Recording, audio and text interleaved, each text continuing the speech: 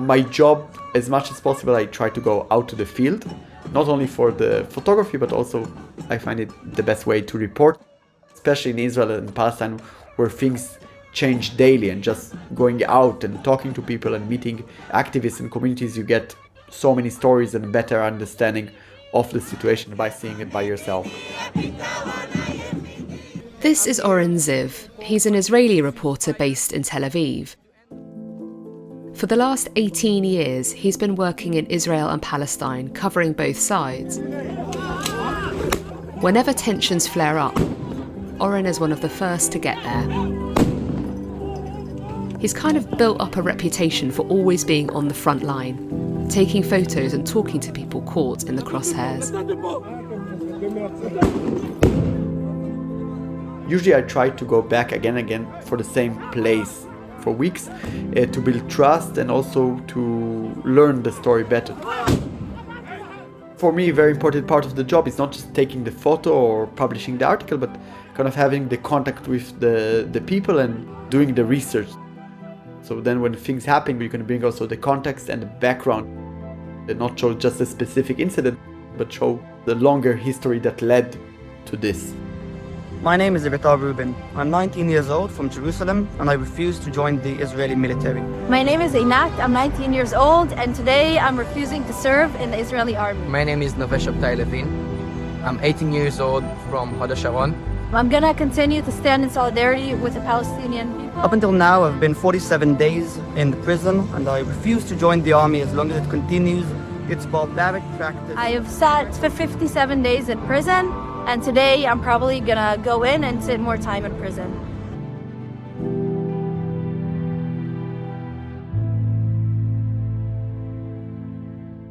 Oren always carries a camera with him, to the shops, out with his friends, and he never turns his phone off either. He's always alert, ready to go whenever a story crops up. Really from 1 minute to another, if there's an attack or a house demolition or something else, you just go immediately out. So I try always to be ready, because in Israel and Palestine there's a lot of breaking news. A lot of those breaking events involve violence. But in the early hours of the 7th of October 2023, news rolled in which was on a completely different scale to anything he'd ever covered before. I'm Nicola Kelly, and for Article 19, this is Silenced.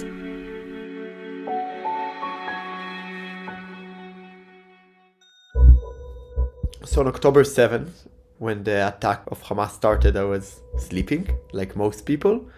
I woke up actually not from the sirens in Tel Aviv, in my neighborhood, but from my colleague Ilya waking me up by phone and telling me there's something happening in the south. As he had so many times, he got his grab bag with cameras and other equipment and ran out the door. Around 7 o'clock, 7:15, we started to drive south, which is a 1-hour drive from Tel Aviv. And already on the way, we started to understand this is something different. As they drove southwards, reports started coming in of multiple attacks in the border villages. One video showed a Hamas pickup truck driving around the city of Sderot. So there was a lot of confusion and fear, and also, just being confused where to drive, because there were so many scenes in the beginning. There were many scenes of rockets that hit houses or cars, and there was not enough forces. We saw people taking care of injured people. We saw people using their own water pipes from the garden to put off fires. At one point, things were uncertain enough that Oren needed to take cover. He and his colleagues ran towards the home of a local Israeli, seeking urgent shelter. For a long period of time, somebody let us into their house, and we're hiding in the shelter with them and seeing what they're getting on social media, all these kind of rumors. So there was a lot of uncertainty. There were non-stop sirens going off, rockets and missiles landing near them. After a couple of hours spent sheltering in someone's house, they ran back to their cars, making their way off-road to Sderot. We saw in the entrance to the cities bodies lying around, and this was already a few hours after the attack had started. We cover a lot of different attacks in Israel, and sometimes there's a attack, and by the time you get to the scene, half an hour later, 1 hour later, it's all cleared and clean, and the Israeli authorities have a lot of experience with dealing with these kind of scenes. So the minute we saw bodies lying on the ground hours after the attack started, right in Sderot, we understood the situation is not under control. Amid the confusion, with limited reception and poor connectivity, information began to filter through about more incidents, this time at the site of the Nova Music Festival, close to the border. So we started to drive towards the party, and we saw on the side of the road some cars of people who were fleeing from the party from south to north, and were shot while trying to flee. Armed Hamas militants had stormed the festival grounds, firing at anybody that ran away and shooting people crouching in the bushes and orchards at point-blank range. It was the largest terror attack in Israel's history. Suddenly, Oren too came under fire. When we went back to our cars after filming that scene, we laid on the ground and we started to understand it's Palestinian militants shooting at us. And we called the police, and it was clear they cannot really come. Later that day we learned that, thousands of civilians called the police and nobody could come to help them. By chance, some army unit, special army forces, stopped by, and we slowly managed to pass to the other side of the road and hide behind the concrete wall that separated the two lanes. And after some half an hour, we managed to take our cars and run away. Yeah, so it was a very stressful day. And I think only when we came back, we understood, that we were shot at and what happened and all this crazy day. But during the day, it's really a mixture of feeling. In the weeks that followed, Oren travelled back out to the border villages that had been attacked and spoke to some of the families of those who'd been taken hostage by Hamas. In the first days, we were busy covering the Hamas attack, the attack against civilians and the villages. He then revisited the site of the Nova Festival, this time with some of those who'd been captured and released. Many of them speak about the fear that they were in the tunnels or in houses and they hear the Israeli army bombing, and that was their immediate fear, either to be killed by the bombs or that the people who are holding them will get stressed and kill them or leave them or they will get injured. So this was their daily fear. But media pressure surrounding the hostages was intense. Oren says the government tried to force those released from Hamas captivity not to speak publicly about their ordeal. We had Yochevet Lifshitz, who came back in one of the first one to be released after 2 weeks, and she spoke, and there was a lot of criticism against her for speaking. She said the conditions were okay. When we got there, they told us that they believe in the Quran and they will do us no harm and give us the same conditions that they have. I photographed another family that the woman came back and her partner Matan is still held in Gaza, and she came to the protest and was even attacked by water cannons of the police, but she still insists to come week after week.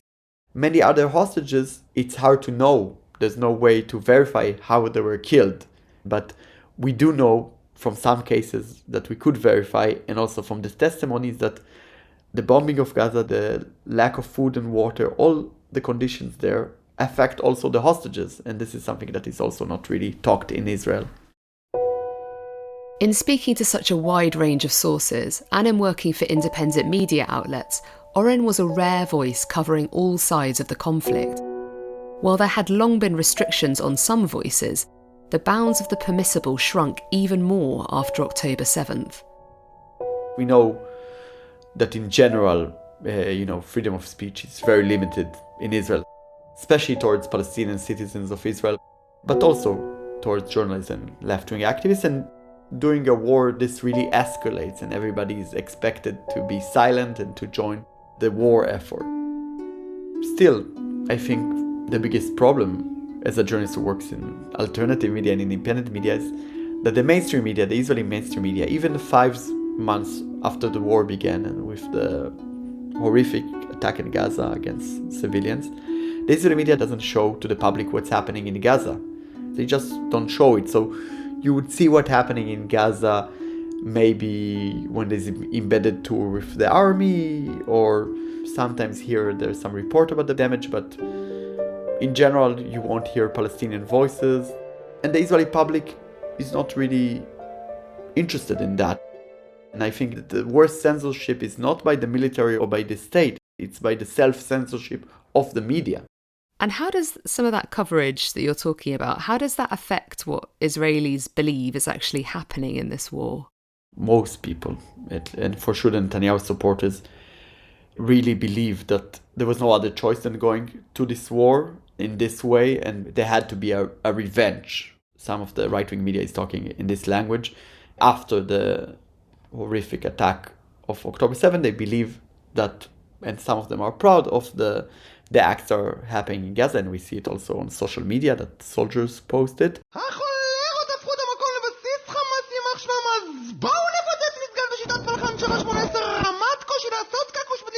It's also something that internally in Israel, I think it's very hard to see how we can continue from here, because I think not only in Israel, in all states, the basic agreement is that the state takes care of its citizens. Now in Israel, there are protests every day, anti-government protests rarely covered by state media outlets. Those most brutally suppressed are those by left-wing Jewish protesters calling for a hostage deal, and Palestinians calling for solidarity, a ceasefire, and delivering messages of peace. The chief of police said on the first days, on the official TikTok of the police, he said, whoever wants to protest in Gaza will take buses and drive them to Gaza.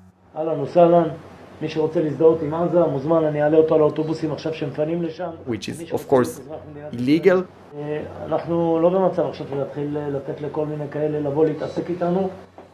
But the message was zero tolerance to any kind of demos, and we're talking about demos with the most humanistic and basic messages: ceasefire now, children in both sides, not something extreme, quote unquote, or even radical, very humanistic, basic message about ceasefire that we've seen all around the world.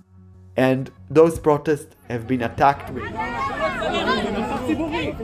There was a small protest in Tel Aviv, not even against the war, but against the repression of freedom of speech. We're here to protest against the political arrest of leaders in the Arab community that have been arrested this morning for just voicing a voice against the war that's happening right now in Gaza that has killed thousands of people.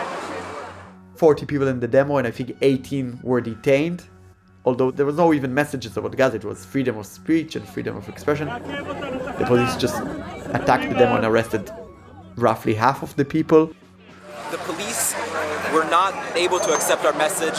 They arrested dozens of us and did not let the protest happen. In other protests, just the police commander on the spot decided the word genocide, the word massacre are not allowed, and just ripping off signs. We've seen members of the public attacking those protests and the police doing nothing. So in general, at least in the first weeks, but still today, the feeling is that it's not safe to protest. The police usually doesn't permit it. If they permit it, it's with a lot of conditions and censorship, and in general, it's not safe. One of many obstacles in reporting on the war in Gaza has been online censorship. Palestinians with Israeli citizenship have been arrested for certain posts they've put up. Oren says while Palestinians' right to free speech online might be repressed, openly espousing extreme violence against Palestinians is tolerated, even accepted. So from the first day, they arrested people even on just putting something on an Instagram story, or even on a WhatsApp story, or on private groups. And they took like famous singers and artists. They really wanted to make it as an example. So people are just afraid. I know many people, many of my colleagues, journalists, activists, they stopped writing anything on social media because they were afraid that anything in Arabic or anything related to Gaza will be misinterpreted. I talked to a Palestinian intern doctor that was working in a hospital, and she was interrogated not for posting anything, but because her Jewish Israeli colleagues said she blocked them on social media. So she was actually taken to a police interrogation for allegedly blocking her Jewish colleagues, which is not a crime, of course. So we had many small incidents that even journalists told us that they're afraid to express the feeling. And the police did it on purpose. I think on purpose they arrested and interrogated and jailed people, even if there's no legal grounds for it, just to create a state of fear among everybody that you cannot show any solidarity or anything with the Palestinians in Gaza. Now, in addition to that, I think the social media oppression, with the oppression of the police in the protests, altogether it makes a feeling of censorship, that you have to be careful in what you write, in what you say. Our colleague journalist Israel Freya, ultra-Orthodox left-wing journalist who wrote things showing his solidarity with the children of Gaza, he was attacked, his house was attacked with protesters and fireworks, and he had to flee, and of course the police didn't do anything. And on October 7th itself, but also in the immediate aftermath, visiting kibbutz, visiting communities on the border towns, funerals, morgues, and lots of different places, you've been doing what all journalists seek to do, which is bear witness. But I imagine this takes an enormous toll on somebody. I mean, you're working around the clock, right? I mean, what sort of toll has it taken on you, or is it too early to say, maybe? Definitely the October 7, it had a big effect, I think. I covered the protests and clashes and riots here in Israel and Palestine, and unfortunately I've been shot with live fire before by the Israeli army. I think here it was different because I was not really prepared for it, and I think also in the weeks later to stand on the hill in Sderot, on the border, and to see what's happening 1 kilometer for you with the big zoom lens that you can actually see into Gaza, see the bombing of Gaza, see the destruction. You can see it by eye, like neighborhoods completely erased. As a journalist, I cannot even imagine how it is for the Palestinian journalists not only to survive personally with the families, but also continue to document, to report. It's something that, I cannot even imagine. I think it's unbelievable how they work in those conditions that you can barely survive. Like, average people can barely get water and food and shelter and take care of the families with all the needs. So I cannot even imagine how is it to work with the fact that every minute you can be attacked from the sky or from a drone or from the ground. We've seen journalists being targeted, journalists who were marked as press with cars. We've seen all along the war more than 100 Palestinian journalists have been killed, and we hear from them that they have been targeted also specifically.